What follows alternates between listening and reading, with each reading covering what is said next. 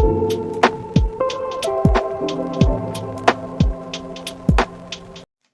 Students, welcome to Kusum classes. तो बच्चों, आज की इस वीडियो में हम करेंगे क्लास 9th की मैथ एक्सरसाइज 1.4 का क्वेश्चन 3 करेंगे। ठीक है बच्चों, तो क्वेश्चन 3 हमारा क्या है कि आपको याद होगा कि पाई को एक वृत्त की परिधि मान लीजिए सी। ठीक है, पाई को एक वृत्त की परिधि मान लीजिए सी और उसके व्यास मान लीजिए डी के अनुपात से परिभाषित किया जाता है। इनको किससे परिभाषित किया जाता है बच्चों? अनुपात से। अर्थात पाई बराबर सी बटे डी है। यह इस तथ्य अंतर्विरोध करता हुआ प्रतीत होता है कि पाई अपरिमेय है। इस अंतर्विरोध का निराकरण आप किस प्रकार करेंगे? बच्चों देखिए, क्वेश्चन जो है हमारा, क्वेश्चन में हमसे ये कहा जा रहा है कि देखिए, हमें ना एक अंतर्विरोध का निराकरण करना है। अब मैं बताती हूँ। देखिए बच्चों, वृत्त का जो परिधि होता है ना, वृत्त की परिधि है ना, आप यहाँ पे परिधि लिख सकते हो। परिधि को मैंने सी से यहाँ पे संबोधित किया है। आप इसकी जगह पे परिधि भी लिख सकते हो। मैं परिधि लिख देती हूँ। परिधि बराबर में, परिधि हमारा क्या होता है? Pi into D. ठीक है, पाई गुणा डी। अब पाई को ना मैं सी भी लिख रही हूँ यहाँ पे, सी। ठीक है, सॉरी, परिधि को मैंने यहाँ सी लिखा है। ठीक है, समझ में आ गया?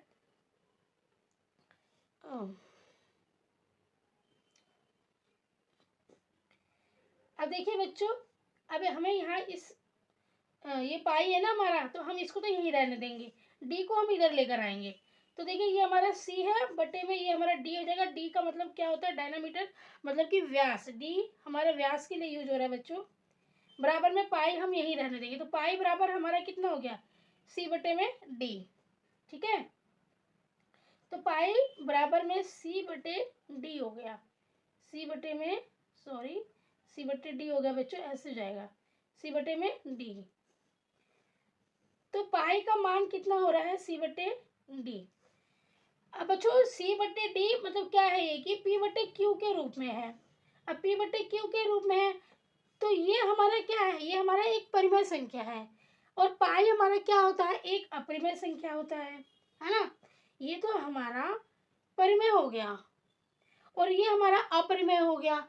लेकिन अगर आप देखो तो ये परिमेय है, तो ये भी परिमेय होना चाहिए ना।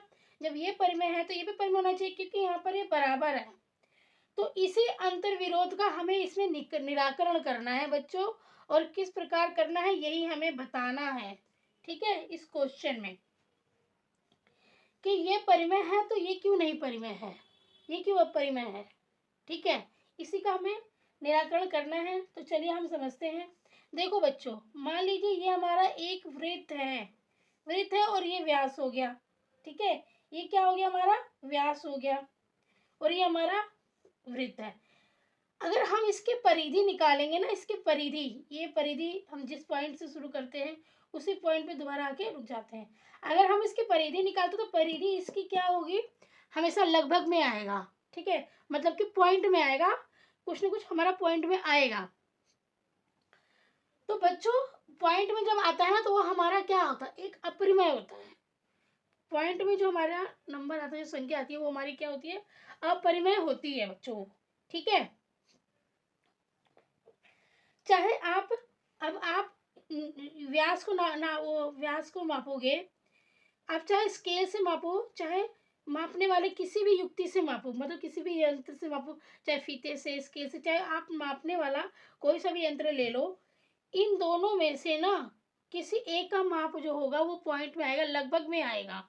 ठीक है, तो जो लगभग में आ रहा है वो हमारा क्या होगा? वो हमारी अपरिमेय संख्या है ना, अपरिमेय है। इन दोनों में से एक ना एक जरूर कोई अपरिमेय होगा। ठीक है, मापते समय जरूर कोई ना कोई छोटी सी मिस्टेक जो हो जाती है, उसकी वजह से हमारा पॉइंट में आता है, लगभग में आता है आंसर। तो उसकी वजह से हमारा ये अपरिमेय हो जाता है। ठीक है, तो इसी चीज को ना बच्चों हम इस प्रकार से मैं लिख के बता रही हूँ आपको ये समझना कि क्यों अपरिमेय है।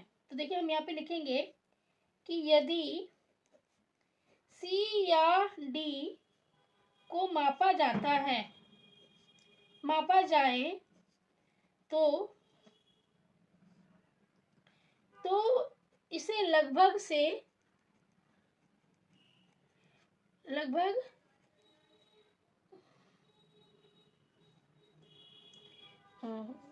यदि सी या डी को मापा जाए तो इसे लगभग में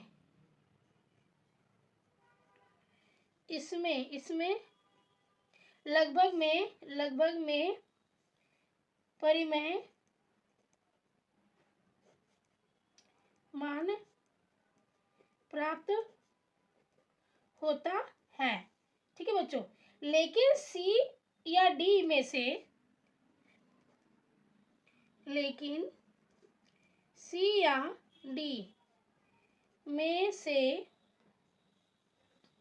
कोई एक अपरिमेय होता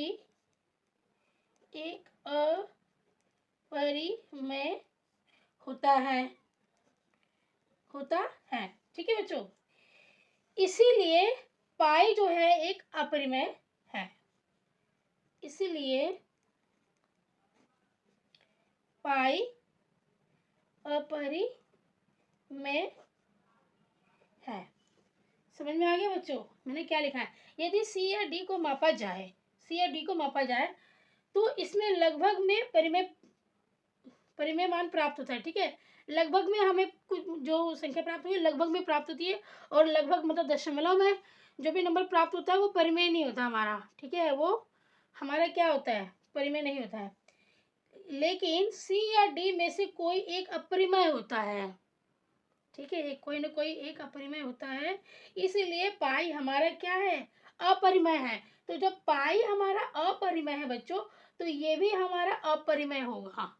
ठीक है, पाई हमारा अपरिमेय है तो ये भी क्या है बच्चों, हमारा अपरिमेय होगा, क्योंकि इन दोनों में से सी मीन्स परिधि और डी मीन्स व्यास, इन दोनों में से कोई ना कोई एक हमें अपरिमेय प्राप्त होता है, इसीलिए ये अपरिमेय होगा।